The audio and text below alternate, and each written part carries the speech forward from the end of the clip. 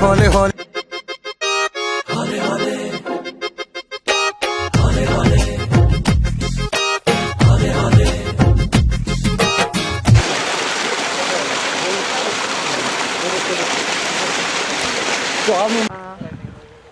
Бул балык чарба Түгөс айыл округуна караштуу бизде ушул эки балык чарба бар.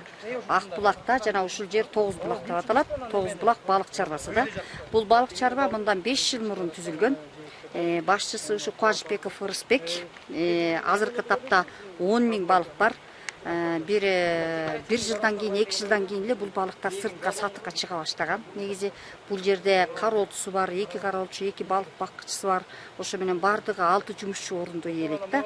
Бул балыктар азыркы тапта сатыкка чыгып отурат. Ал эми бул мезгилдерде ушул эс алуучу жайларды куруп, балык кууруп, ушул сатыкка чыгарып, элдер жайында эс алуу үчүн көптөгөн аракеттерди жасап жатышат. Мына жашылдандыруу боюнча жана эс алуучу жайларды куруп атышат да.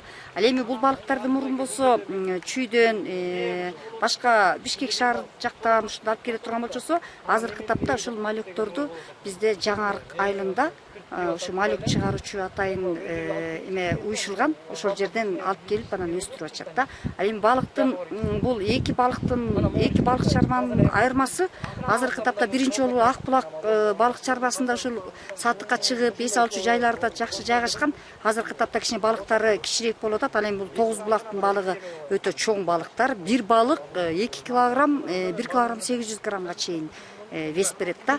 Анан ушул балыкты азыркы тапта балык чарба менен алек болуп аткан ушул адамдарга да ыраазычылык билдирип атабыз.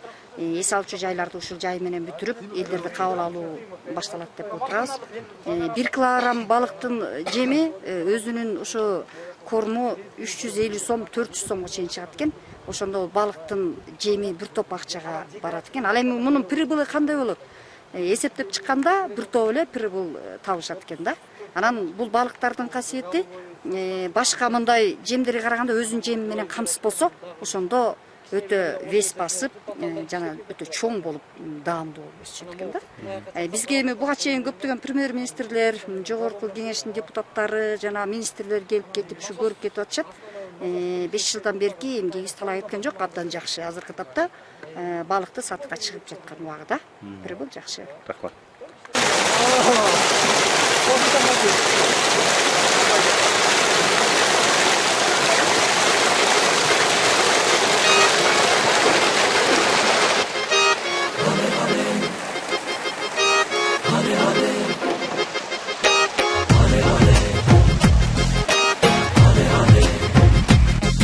Мына бул жерге атайын ошо жашылдандыруу иштерин жүргүзүп, карагайлар, арчалар отургузуп, элдердин эс алуусун камсыз кылуу максатында ушул жерге скамейкалар орнотулат, анада мындан дагы көбүрөөк гүлдөп, көбүрөөк жашылдандырат. Мына бул жагда жашылдандыруу максатында жаңы көчөттөрдү отургузуп атабыз. Ал эми бул жип менен байлап койгон себебибиз бул шамалда ары бери кыймылдап, мындай бир нерсеге дуушар болбош үчүн, түз өсүш үчүн, көлөкө болуп туруш үчүн ушу жакшы эмгектерди жасап жатышат да. Ал эми бул болсо атайын ушул жайкысын албетте кыргыздын боз үйү аптан салкын, жылуу дегендей суук болгондо илгерки ата бабаларыбыздан бери келе жаткан ушул боз үйдү аптан ардактап келатабыз. Современный, культурный, маданияттуу. Там салганга караганда жайкы эс алууга атайын боз үйдүн орундарын орнотуп атабыз.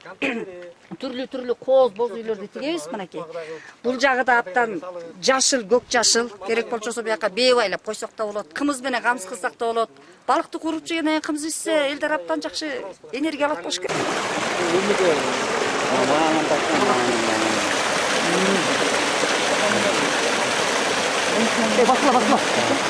Basla.